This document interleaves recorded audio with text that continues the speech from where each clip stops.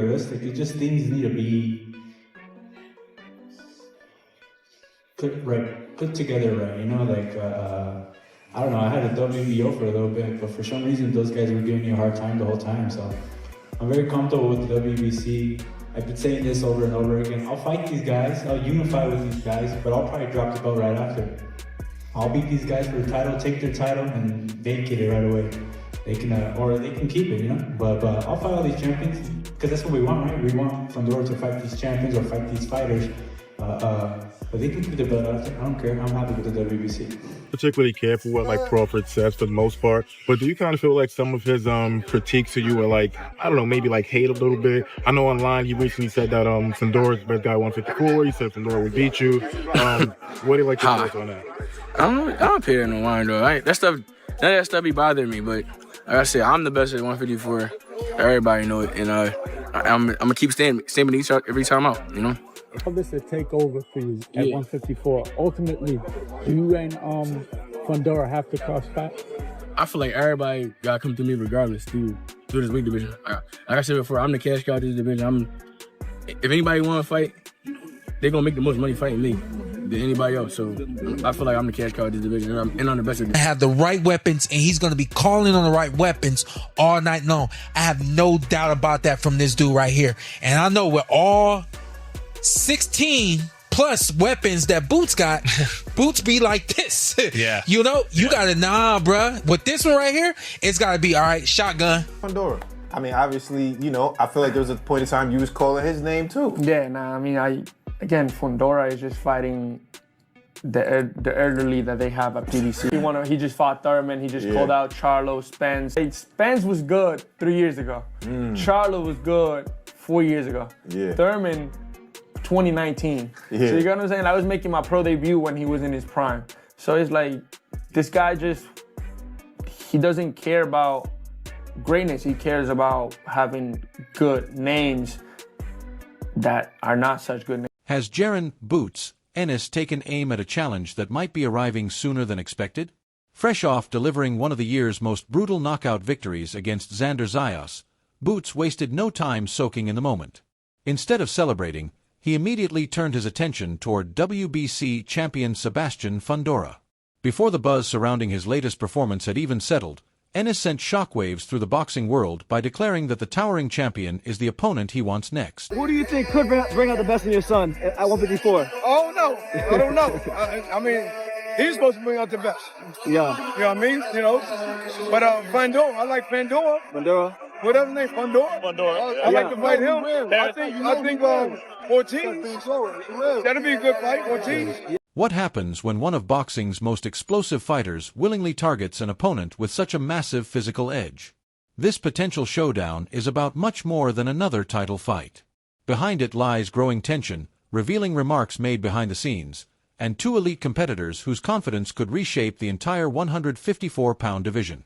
Camp to have a fighter like Ennis, because he likes to switch right-handed southpaw. I think Canelo probably didn't need that, but you know, the fact that Ennis went might. Ennis' victory over Xander Zayas did far more than improve his professional record. It answered months of criticism in emphatic fashion. Critics questioned his defense, argued he struggled to cut off the ring, and suggested slick movers could frustrate him. Boots responded inside the ropes the only way he knows how. From the opening bell, he applied non-stop pressure, took away every escape route, and completely controlled the action. Afterward, his father and trainer, Bozy Ennis, revealed a detail that caught many people by surprise. Your son even remotely hurt. Feel like you got a little wobble. How would you feel when he ain't get wobbled? He got hit in the back of the head, brother. He ain't get wobbled in the third? When you want to say that, you can say that. But imagine, how would you feel it in the quarter? Was there any like... It didn't bother me. You see me? It didn't bother me at all, man. You know what I mean? I know what he can do. Then he can take a shot. Yeah, for sure. You know what I mean? All y'all guys talking about Boots getting hit a lot. Y'all don't say nothing about the other guys getting hit. That's because Boots is relevant. You know what I mean? Boots is out there. Boots don't get hit that much. You see how many times he got hit in there? I mean, you definitely get hit. According to Bozy, Boots came out of the fight with virtually no damage at all. Despite entering what many expected to be a grueling battle, he left the ring without any noticeable injuries. The performance wasn't only a display of technical excellence. Ennis intentionally chose an aggressive style to entertain the fans, proving that he can blend world-class boxing ability with devastating offensive firepower whenever the spotlight shines brightest.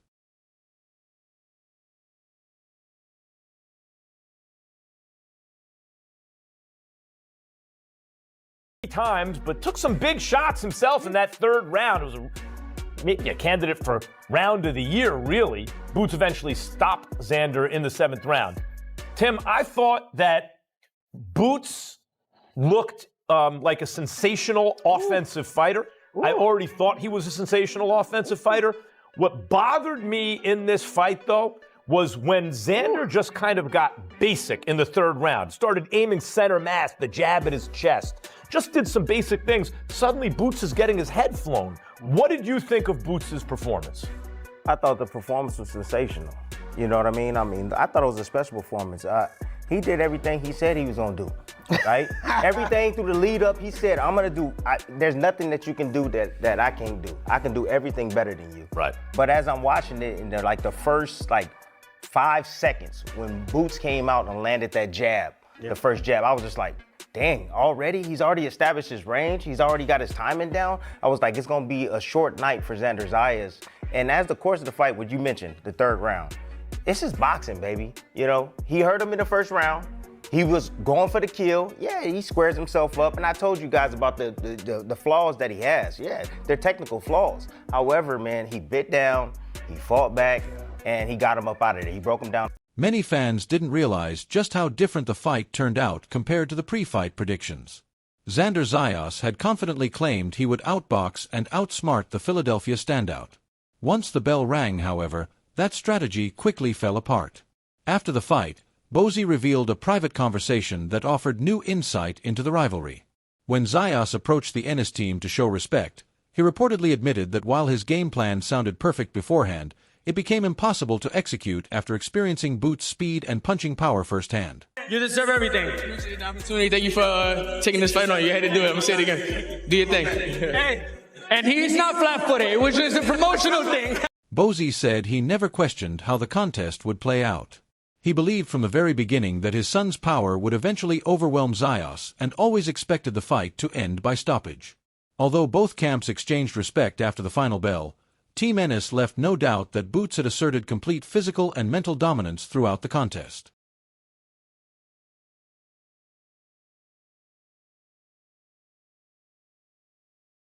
I'm collected. Nothing? Gotcha. Do you still want to be undisputed? Is the goal? Most definitely. Undisputed for sure.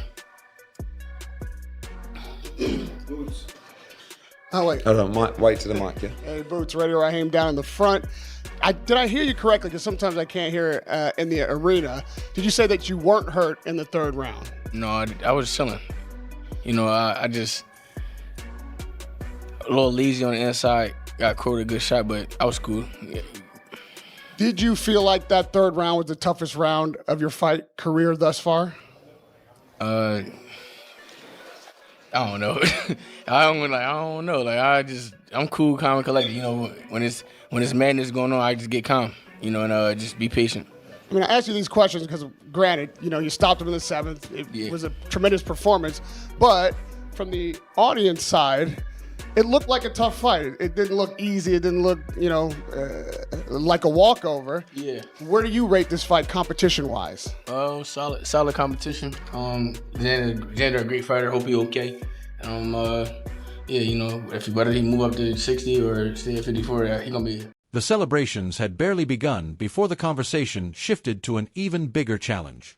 As reporters asked promoter Eddie Hearn about future opponents such as Josh Kelly, Boots and his team made it clear their attention was somewhere else. They're not interested in tune-up fights or stepping stones. They're chasing championships, legacy, and unification. When asked who he wanted next at 154 pounds, Ennis didn't hesitate before naming Sebastian Fundora. When he got hit back here, and you ain't see which going stepped on his which going. Right. He wasn't buckled. You see how, if you was buckled, how you gonna come back like you just come back? So he stepped on. And still had your paws and everything. Okay. No, it wouldn't hurt. You really never seen him get hurt. But who said that you came to him and you said, yo, what you doing? Yes, stop playing around. Stop playing around. He like to play. Okay. You know what I mean? He had fun in there, but you know what I mean? Don't play with your food. No, not when you move it up. Because Virgil, like I said, not Virgil. Y'all got me saying first. Zayas, he's a good fighter, man. They can talk that shit all on. He's a good fighter, hell of a fighter. The process, he decided to stay in the pocket as much as he did. That's what we wanted to do. And I told him, don't stay in the pocket with Boots, you're going to get stopped. I told the Virgil them. I said, you act reckless and come in. I said, Virgil again. I said, I told Xander, if he come in like that, that's what's going to happen. And that's what happened. Is that because he know he was hurt and he tried to prove something to the people. He tried to come back. You know what I mean? And then that was the wrong thing to do. Is that the... Did he get hurt? He hurt his hand at all? Because he threw a I can't talk loud, yeah. Oh, okay. Was that the toughest... Yo, you peeped it. Everybody else didn't peep. Bozy, was that the toughest test of his career, Xander Zayas? I would say, I would say so. Okay. And then him, you know why? Because like I said, Xander is one of the top fighters.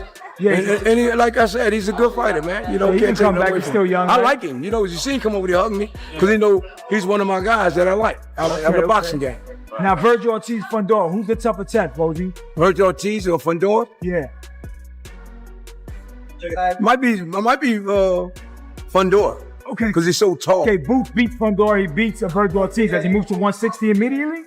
Or you got to stay at 154 and real? We're going to try to clean it up and move on up. Okay, 160, okay. My man. Yeah, we're going to move on up. You know what I mean? Absolutely, man. No, congratulations on a fantastic performance. Thank you. All right. Fundora had already spoken about that potential matchup during an earlier interview with DAZN. Asked whether he'd rather face Ennis or Zayas, the towering champion answered without hesitation. He picked Boots immediately, explaining that Ennis had already established himself as a unified champion and represented the tougher challenge.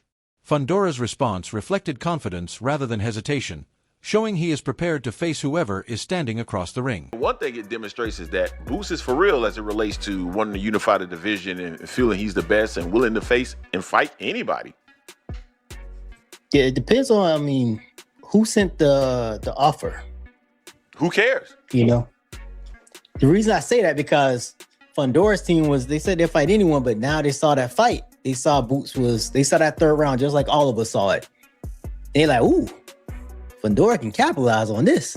I don't think so. Let's get in there real fast, you know. But I like it. I really do like it. I don't know if it's gonna come into fruition.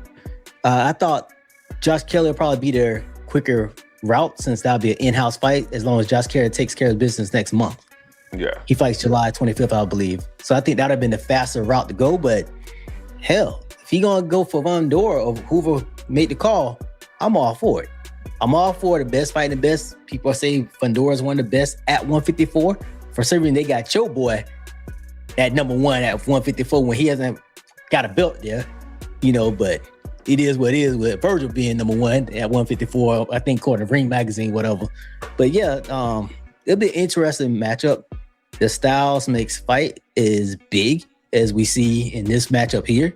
Fundora's 6'7", got a 90,000 reach, something like that. So this will be a big test, a biggest test for Boots of his career. Although Ennis refuses to be intimidated by Fundora's remarkable size, many boxing fans believe overcoming those physical advantages won't be easy. Standing 6'6" with exceptional reach, Fundora presents a unique challenge unlike almost anyone else in the division. Boots remains convinced those advantages won't determine the outcome, believing his experience, athleticism, and ring IQ will outweigh any size disadvantage. Across boxing forums, Reddit discussions, and YouTube comment sections, opinions remain split. Some expect Ennis' speed and movement to help him close the distance effectively, while others believe Fundora's reach and relentless work rate could make the fight a grueling test.